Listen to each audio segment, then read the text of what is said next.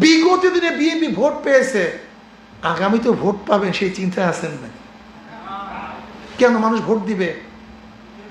ওই যে ভোলাতে স্বামীকে আবদ্ধ করে তার স্ত্রীকে ধর্ষণ করার জন্য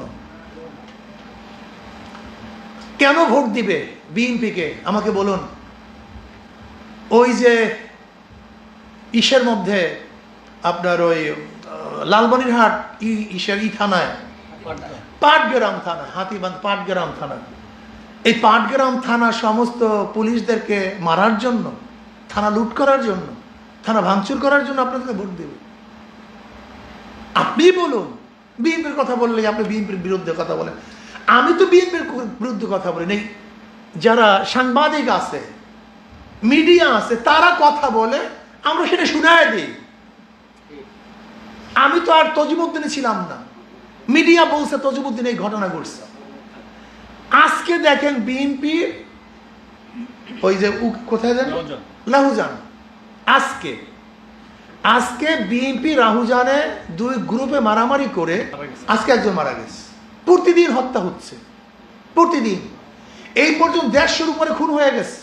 বিএনপি নিজেরা নিজে মারামারি করতে করতে বহুত লোক পঙ্গু হয়ে গেছে।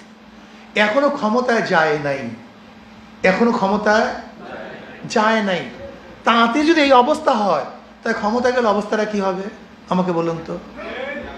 ক্ষমতায় গেলে অবস্থাটা কি হবে এটা বুঝতে হবে আপনাকে। এদেশের মানুষ এখন সেই মানুষ আর নাই। মানুষ সচেতন হয়েছে, মানুষের চক্ষু খুলছে, মেধা খুলছে, মানুষ দেখছে, দেখতেছে। আজকে বিএনপির চাঁদাবাজির অবস্থাটা কি? এমন কোনো জায়গা নাই যেখানে চাঁদা তুলে না বিএনপি, এমন কোনো জায়গা নেই। আমরা প্রতিদিন খবরের কাগজে বা টেলিভিশনে এগুলো দেখছি, এগুলো সামান্য। যেরকম বরফের উপরের অংশ যা দেখা যায়, নিচের অংশটা কিন্তু তার চেয়ে অনেক বেশি থাকে। আমি কথাটা বোঝাতে পারিনি।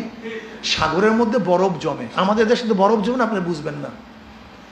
সাগরের মধ্যে বরফ জমে, দেখা যায় ছোট্ট একটা খণ্ড। উপরের খণ্ডটা যতটুক দেখা যায়, নিচের খণ্ডটা তার চেয়ে অনেক অনেক বেশি বড় হয়। আমাদের কাছে বর্তমান বিএনপির দুর্নীতি, চাঁদাবাজি যত প্রকাশিত হয়, তার 1000 গুণ বেশি তারা চাঁদাবাজি করতেছে।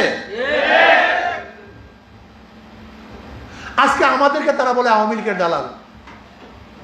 আমরা নাকি আওয়ামী লীগের সহযোগিতা করেছি। রাজনীতি করবেন, জেনে শুনে রাজনীতি করেন, বক্তব্য দিবেন, অথেন্টিক বক্তব্য দেন। ইসলামী আন্দোলন বাংলাদেশ আজ পর্যন্ত প্রশ্নবিদ্ধ কোন জাতীয় নির্বাচনে অংশগ্রহণ করেনি। 14 নির্বাচনে ইসলামী আন্দোলন অংশগ্রহণ করেনি। 18 নির্বাচনে সবাই অংশগ্রহণ করেছে। বিধায় ইসলামী আন্দোলন বাংলাদেশ তখনও গণভবনে যায় নাই। তখন কিন্তু আওয়ামী লীগের সবাই, বিএনপি সবাই গেছে। ফখরুল ইসলাম আলমগীর পর্যন্ত সে কিন্তু গণভবনে গিয়েছিল শেখ হাসিনার কাছে। কিন্তু ইসলামী আন্দোলন বাংলাদেশ কিন্তু 18 নির্বাচনে অংশগ্রহণ করছে, কিন্তু শেখ হাসিনার সাথে বৈঠক করেনি, আওয়ামী লীগের সাথে বৈঠক করেনি।